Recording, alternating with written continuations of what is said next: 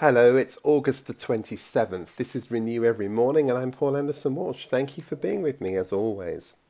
All right, well, today in our Living Gracefully series, we're going to be thinking about the generosity of grace.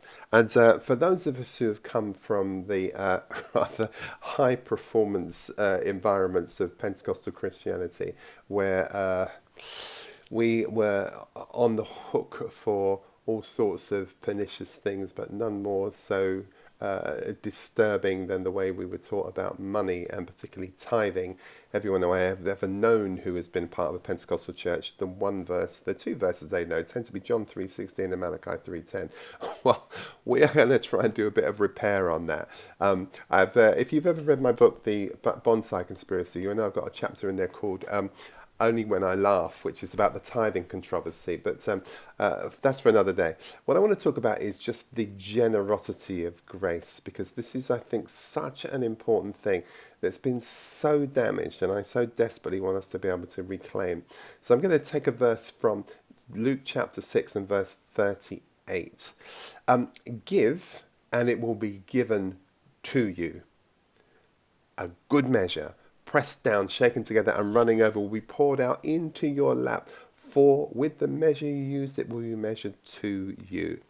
This is such a gorgeous verse. It's such an innocent, lovely, non-loaded verse. But of course, it's been weaponized along with open. See, test me in this. We're going to bring all your stuff in. See if I don't want to throw open the windows of heaven.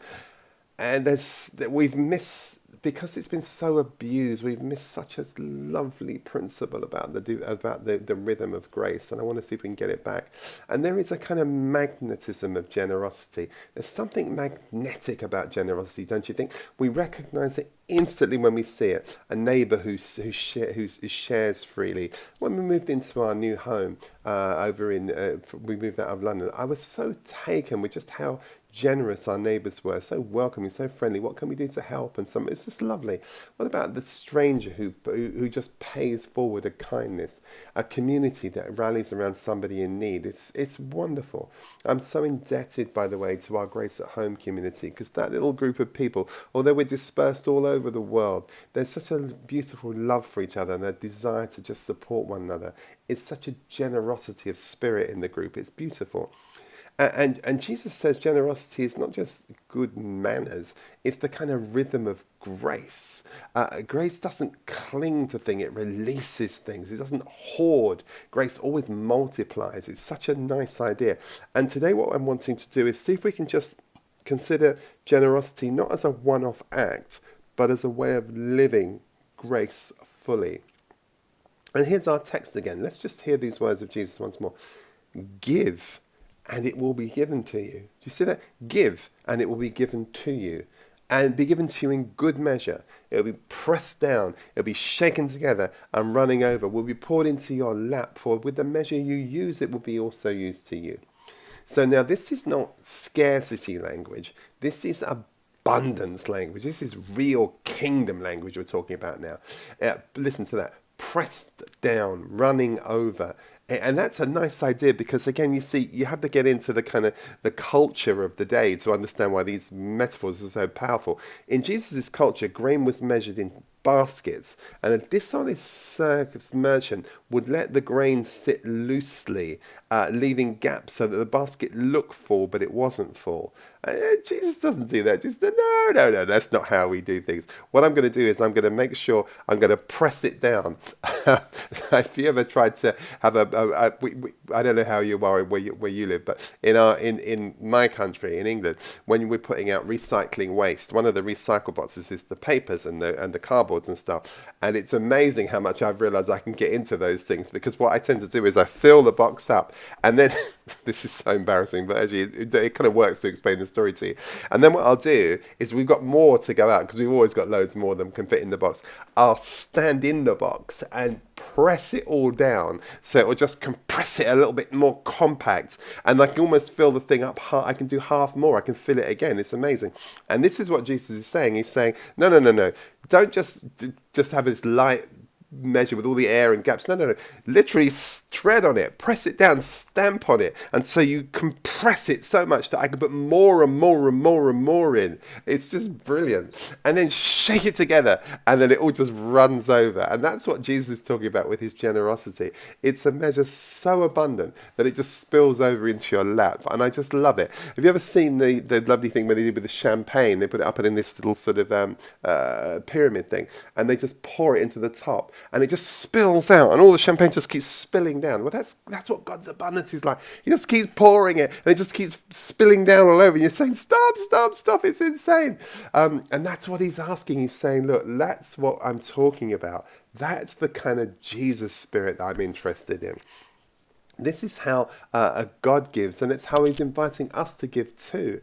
And it's really, really lovely. Think of the boy that came along and he had just those little 5 loaves of bread and those 2 fish. It's not anything like enough. It can't be enough. But in Jesus' hands, he multiplies it so as everybody eats all they can possibly want.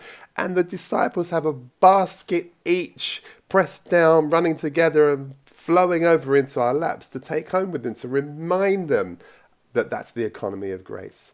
When we give, God multiplies, and that's the point. Now that, of course, has been so hideously exploited by the church, but let's try and stay on track in the purity of this and just kind of get that church nonsense out of your head for a minute. So the thing here is this, is that when we think about this being the scarcity versus abundance piece, what we have to remember is that fear acts as a real blocker. But that's why we don't live like this. Why we cling so tightly is because we're afraid. We've got a spirit of scarcity. We fear of not having enough. We fear being left out. This fear of scarcity, it happens to us all the time. That's why the story I told you last month about the widow of Zarephath is so powerful, because she's got nothing. She hasn't got anybody she's preparing a last supper for herself and her son. And Elijah turns up and says, "I tell you what, feed me." And she goes, "Oh, okay." And she does it. Now that's a resurrection supper. When you're having a last supper because there's nothing in the house and you give it to a stranger, that's amazing. And by the way, I was talking to a client today and they were talking about who is a big hotelier. And I was saying to remember this, won't you? That the idea of a guest means to give hospitality to a stranger. And that is really what this whole piece about grace is about, giving hospitality to strangers. Now, this is what turns channels into dams, right? Because, you and I are Adam at last. We are the fruit of last Adam. But watch this. We can be one of two things. We can be last Adam, or we can be a dam. Now, what are you? Are you a dam that blocks the flow, holding back what was never yours to hoard? Or are you Adam, and Adam at last? When we live as a dam, we block the river, we block the flow, we block the divine flow of life. When we live as Adam at last, we recognize that all flows from God and flows to us in order that it might flow through us. Now, let's take another verse, 2 Corinthians 9. You know this verse very well. The Lord loves a cheerful giver. Now Sundays I heard that. And it's tithing time, everybody. The Lord loves a cheerful giver, so make yourself happy. I cannot tell you of one single time in 14, 15 years of evangelical imprisonment when I ever saw anybody fulfill this verse. The Lord loves a hilarious giver. This is the most hilarious thing I've ever done. Can you imagine just the hilarity of giving? That's what the verse says. The Lord loves a hilarious giver. You've got to be, because you've got to be in on the divine joke, you see. You have to be on the divine joke that understands the only thing you keep are the things you give away. And it's so funny watching that. Once you're in on the joke and then you see everybody else kind of not sure about it, you go, yeah, okay, I see how this works. If we cannot live hilariously, we cannot give hilariously. And perhaps, to be honest, we shouldn't give, because our giving isn't in grace. It's in fear, it's in unfaith. It's a transaction. When we're giving, particularly in the legalistic tithing system, you're not giving Don't let's just be clear about that. No one gives in that system. What they do is they either pay protection money, payola, or what they do is they invest. Imagine I said to you, the only thing I can guarantee you if you give 10% of your income is you're going to have 10% less than you had before you gave it to me. That doesn't sell well. I've been in churches where they spend more time on the offering talk than they do on the actual main sermon, because it's a business, it's a trade, it's a market trade, because they don't believe it any more than you do. So they just have to crank the whole thing up. But here's the point, right? This is where we got to get hold of this. It's actually we just need to be released from all of that because it's so unhelpful, and there's much more. This is where the whole teaching tithing just has failed, because we taught giving as a mechanism for getting. And this is the fundamental flaw in my mind. We teach giving as a mechanism for getting. But in God's economy, getting is the mechanism for giving. We receive so that we might release. And that's the point. St. Francis of Assisi prayed this simple prayer. It is in giving that we receive. Can you imagine that? Paul said it's more blessed to give than to receive. Generosity is not loss, it's freedom. It gives to the unclenched fist, and in so doing, we discover we're already held by God. Generosity creates space in the heart, and that space enables God to just pour more love and more hope into it. So it's a very simple thing, this notion of the economy of love. That is just it. And it's not just giving things, it's giving fearlessness, it's giving presence, it's giving time. The entire creation models this for us. The sun gives us its light freely. The clouds give their rain for nothing. The trees give up their fruit willingly. None of them charge, none of them hoard. That's the economy of love. Seed time and harvest, endless giving and receiving, all interconnected. And when we give things, what happens is when we give things, things don't go out from us. They go out to us, because we're all part of the same flow. It all comes back. It comes back on every wave, So how do we kind of live this level of generosity? Well, first and foremost, let's think about what that might look like. 4 invitations. 1, maybe to be generous with your resources. Share what you have, even if it feels small, like loaves and fish. In God's hands, you can do a lot with it. Share with attention. Literally be present with people.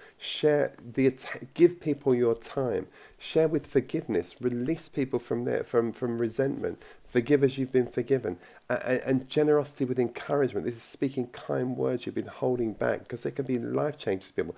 Grace is abundant. It's not about scarcity. So a question for us today. Where are we being invited to be more generous? With our resources, perhaps. With our presence, perhaps. With our patience, perhaps. With our forgiveness, perhaps. And what would it look like if we were to embody that? So let's finish with a prayer, if we may. And again, just bring yourself to stillness. Breathing in, calm. Breathe out, smile.